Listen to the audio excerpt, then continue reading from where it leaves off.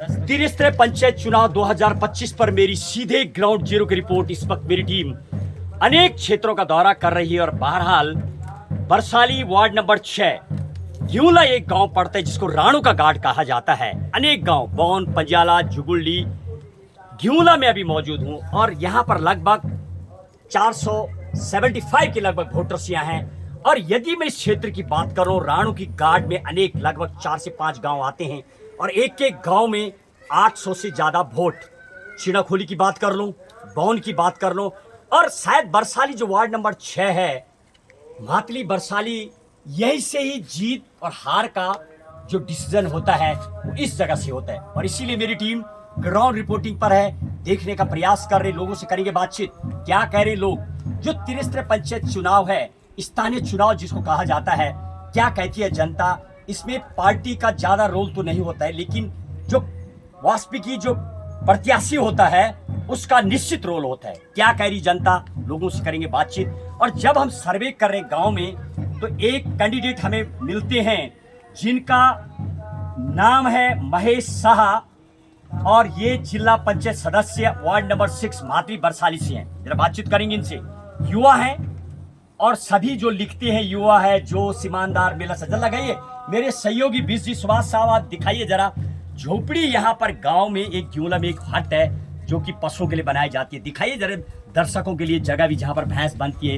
एक क्या खूंटा, एक किला जिसको बोला जाता है, वहाँ पर बना हुआ है। ये झोपड़ी भैंस और गाय को रखने के घर है। वहाँ पर भी पोस्टर नजर आ रहा। अनेक गांव में हम खास तौर पर उनको देखते हैं कि गांव में कितने लोगों के पोस्टर लगे, कितने लोग पहुंचे, जमीनी में प्रचार प्रसार करते नजर आ रहे। जरूर से बातचीत करेंगे। कई गांव की महिलाओं से मैंने बातचीत किया, निकल के आ रहा क्योंकि जनता तक जो पहुंचेगा काफी टाइम से, हालांकि आप तैयारी में थी, निकल के आ रहा। जब मैंने कई जगह पर सभी के गाँव में, तो शायद आप काफी पहले से युवा मंगल दल के आप रहे हैं, ऐसा निकल के आ रहा। और युवा के होते हुए युवाओं के बीच भी आपकी पैठ है और आप लगातार शायद गाँव का दौरा किया। चाहे भराड़ गांव की बात कर लूं, अनेक गांव का मेरा दौरा रहा। आपका बहुत बहुत स्वागत है। आपको सबसे पहले बहुत शुभकामनाएं। आप अभी जमीनी में काम करते नजर आए, क्या बोलेंगे आप। ये जो राणू की गार्ड, जिस गार्ड में आप पहुंचे, यहाँ लगभग 3000 से ज्यादा वोटर्स हैं और ये मीन मुखिया है। अब आप यहाँ पहुंचे, चुनाव लड़ रहे हैं, तो सबसे पहले दर्शकों को ये बताइए कि आपकी चुनाव लड़ने की क्या वजह है, क्यों आप चुनाव लड़ना चाह रहे हैं जिला पंचायत सदस्य के लिए। जी प्रणाम। मैं बोगना जी का बहुत बहुत धन्यवाद करता हूँ।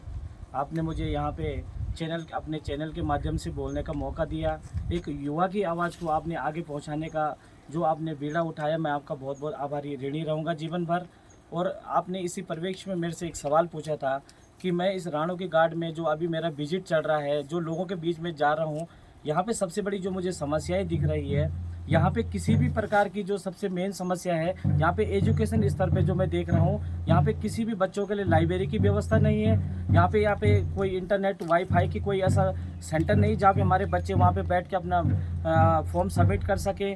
तो मैं आप लोगों से हर जगह ये देख रहा हूँ कि यहाँ पे कोई मेडिकल की ऐसी कोई टीम नहीं आती है जो इस परिवेश में काम करे कि हमारे गांव की महिलाओं को, बुजुर्गों को कोई स्वास्थ्य सेवाओं के लिए कभी महीने 3 महीने में एक बार विजिट करें।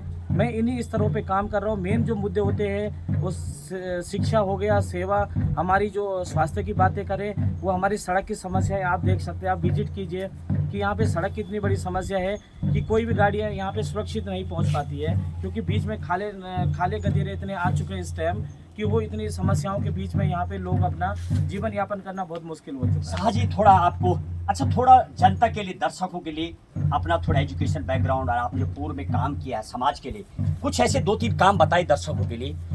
युवा तो हैं ही आप और आप लाइब्रेरी की बातें कर रहे हैं, तो 2 प्रश्न रहेगा। पहले वो, क्या आप पूर्व में कुछ आपकी जो समाज में साझेदारी रही है, जो आपने काम किया और जो आप करेंगे, तो जो आपने किया है थोड़ा वो बताइए दर्शकों के लिए। क्या आपके माइंड में आया और कुछ किया है आपने समाज के लिए, और आगे क्या रहेगा प्लान। सर पहले तो मैं युवा हूँ, तो सर मैं युवाओं की बात करूँगा। मैं अपनी ग्राम सभा मातली से, हमारे ग्राम सभा मातली के सभी लोगों के, हम लोगों ने यहाँ आईटीबीपी को अपनी ज़मीन सरकार के संरक्षण के लिए अपनी भूमि दी थी, जो कि एक टाइम ऐसा आया कि सरकार के द्वारा जो हमारे साथ जो समझौता बना था, उसमें सरकार के जो हमारे कमांडेंट थे, उन लोगों ने हमको नकारा कि आप लोगों ने जो भूमि दी है, इसमें आपके मंदिर का कोई भी रास्ता हमारे साथ कोई नहीं। हमने उनके साथ अपना समझौता शेयर करा, उन्होंने हमारी बात को नकारा। इस परिप्रेक्ष्य में युवक मंगल दल अध्यक्ष होने के नाते मैंने अपने ग्राम सभा के सभी बुद्धिजीवी, सभी सीनियर लोगों के साथ मिलके हमने आईटीबीपी के खिलाफ धरना प्रदर्शन करा, जिसमें हम पूरी तरह से हम सुरक्षित रहे और जिसमें हम पूरी तरह हम जीत हासिल की। आज जो मांग की आपने वो मिल गई। वो मिल साथ गई। साहब आपको दूसरे प्रश्न को ले चलूंगा। अक्सर जब हम दौरा करें गांव का, तिरस्तर पंचायत चुनाव की बात करो, नगर पंचायत कभी नगर निगम की चुनाव हमने कवरेज किया था, सबसे बड़ी बात लोग बराबर कर्मठ, योग्य, एजुकेटेड बताते हैं और एजुकेशन तो लगभग सबके पास होती है। तो आप युवा भी हैं और आप बराबर लाइब्रेरी की बातें कर रहे हैं, युवा डिजिटल की बातें कर रहे हैं, तो आप क्या ये जानते हैं कि कितने वो विषय हैं कि जिन पे आपको काम करना होता है? वो जरा बताएंगे आप कितने विषय हैं, वो थोड़ा जरा जानने का प्रयास करें। सर, मैं अपना अधिकार क्षेत्र जिला पंचायत सदस्य के नाते जानता हूं कि मेरे 29 अधिकार क्षेत्र हैं। उन 29 अधिकार क्षेत्रों पर मैं कार्य कर सकता हूं, जिसमें स्वास्थ्य सेवाएं आती है, जिसमें मेरी एजुकेशन लेवल आती है, मेरे ग्रामीण की किसी की ज़रूरतमंद व्यक्ति की हम मदद कर सकते हैं। कुछ इस तरह के 29 मुद्दे हमारे पास आते हैं। 29 मुद्दों पे हमारे कार्य करने का अधिकार क्षेत्र है। राइट, ये तो 29 विषय आपने बताई है। जानते आप कि आपने उस एक्ट को पढ़ा है, उत्तराखंड का जो एक्ट लागू हुआ था पंचायती राज व्यवस्था का? यदि मैं सेंट्रल गवर्नमेंट की बात करूं तो 1993 24 अप्रैल 1993 को चालू हुआ था नरसिम्हा सरकार के द्वारा। वो तो मैं बता दूं आपको। उत्तराखंड के चुनाव है, उत्तराखंड कब चालू हुआ था लागू, जरा ये बता पाएंगे आप युवाओं के लिए, दर्शकों के लिए? जी सर, मैं आप लोगों के बीच में रखना चाहूँगा। ये हमारे उत्तराखंड सरकार में 2016 में यह एक्ट लागू हुआ, जिसका हमें सीधा सरकार के द्वारा ये हमारे अधिकारों के लिए लड़ने के लिए पंचायती राज चुनाव में हम लोगों को स्वतंत्र किया गया कि आप अपने अधिकारों की लड़ाई को समाज के बीच में ला सकते हैं। हम जैसे युवाओं को मजबूत करने के लिए यह एक्ट तैयार किया गया, जिसका वर्ष 2016 में।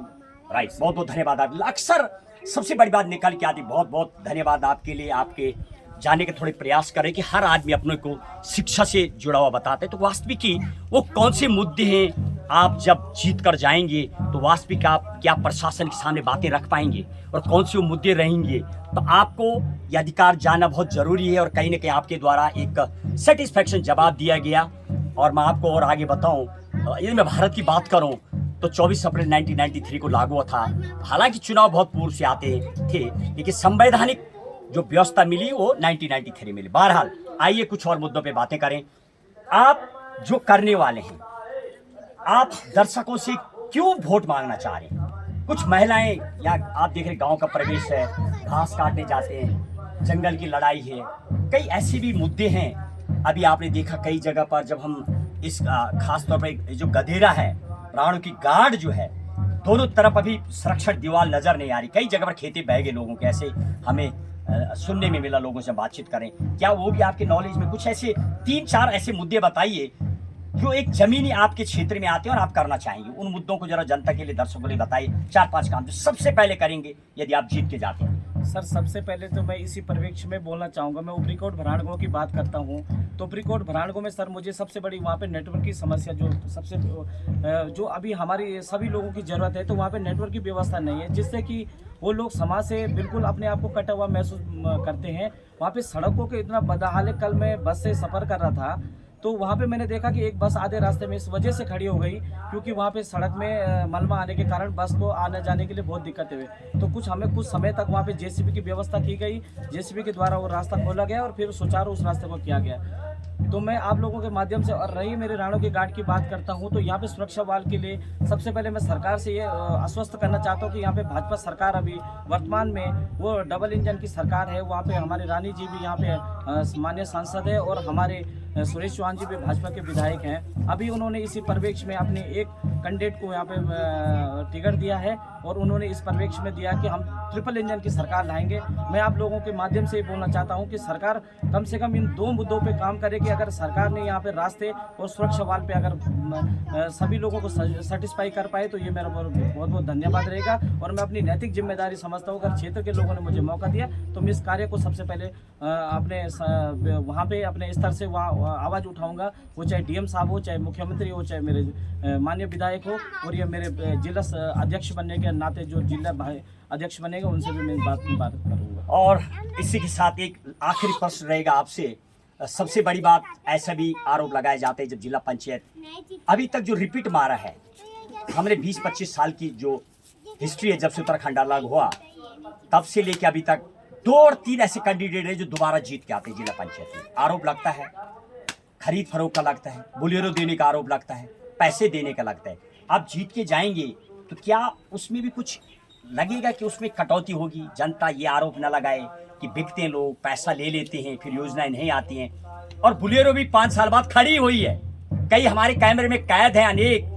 चमक धमक जब तक आप जिला पंचायत सदस्य रहे, जैसे आप हटे उसके बाद आपकी चमक धमक खत्म, बोलेरो भी साइड हो जाती है। रही बहरहाल पार्टी का जो लोगों के बैनर तले काम करे, नगर पालिका में भी मुंह के बल गिरे हैं पार्टी के कैंडिडेट्स अनेक, हमने भी कवरेज किया है।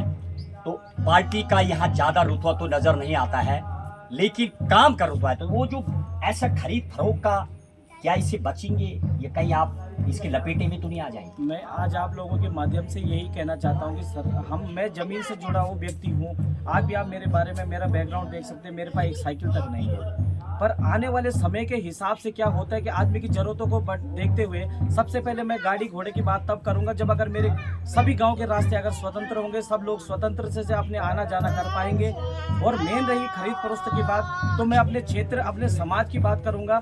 मुझे खरीद फरोख्त के हिसाब से ना चल के मैं अपने आप को इस लेवल में लाना चाहूँगा। अगर कोई भी प्रत्याशी, कोई भी मेरा जिलाध्यक्ष महोदय जो बन के आता है वो इस स्तर पे काम करे कि मेरे गांव की समस्याओं को सॉल्व करे, मुझे उनसे इस चीज़ में बहुत खुशी होगी। चलिए, बहुत बहुत धन्यवाद। ये थे वार्ड नंबर 6 महातली बरसाली से महेश शाह जी, युवा थे, जब बातचीत कर रहे थे गांव में निकल के। बड़े बड़े गांव का हमने दौरा किया तो पोस्टर भी आपके नजर आए। कितने गांव का लगभग आपने अभी तक भ्रमण कर लिया? अभी मैं अपने क्षेत्र में मैं पाप की बात करूं, गढ़ की बात करूं, पाव में नेटवर्क की समस्या है, गढ़ में रास्तों की समस्या मुझे बहुत लगी। छोटे छोटे कस्बे हैं जहां पे लोगों के आने जाने की बहुत दिक्कतें हैं, वो चाहे ऊपरी कोट भराड़कों की सड़क का मामला आपने हो। कितने गांव का दौरा कर लिया? अभी तक मैं सर 10 गांव को घूम चुका हूँ, जिसमें मेरे 2-3 गांव अभी रह चुके हैं। मैं आज उसी वोटर्स कितने हैं टोटल लगभग बताएं जनता को, नहीं जरा वोटर कितने हैं वो सब बताइए। सर मैं जब तक मैं समझ पाऊंगा, अभी पूरी मेरे पे एग्जैक्ट जानकारी है, समथिंग 9,000 प्लस मेरी यहाँ के क्षेत्र के जनसंख्या। कितने वोट आपको लगभग आपको नजर आ रहा? आपने 10 से गांव ज्यादा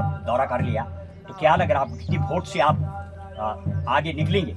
जिस हिसाब से सर मैं अपने स्तर से बात करूं तो लोगों ने मुझे भरपूर आशीर्वाद दिया।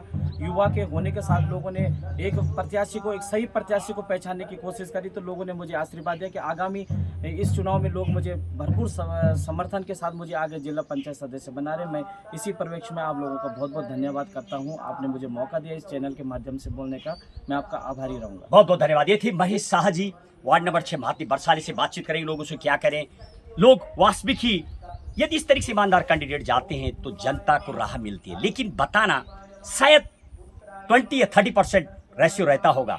बहरहाल देखना होगा, इस समय बताएगा कि समय की जरूरत के हिसाब से गाड़ी आएगी या समय बदलेगा या आपके द्वारा काम होंगे। दोबारा असली परीक्षा स्थानीय चुनाव में तब होती है जब कोई दोबारा जीत के आता है। वो शायद एक कसौटी है राजनीति की। उन लोगों से भी बातचीत करेंगे। सुभाष बिष्ट के साथ Mahesh Bogra, Ganga 24 express. Ground zero की रिपोर्ट, तिरस्ते पंचायत चुनाव पर मीडिया सर्वे की सीधे ग्राउंड जीरो की रिपोर्ट।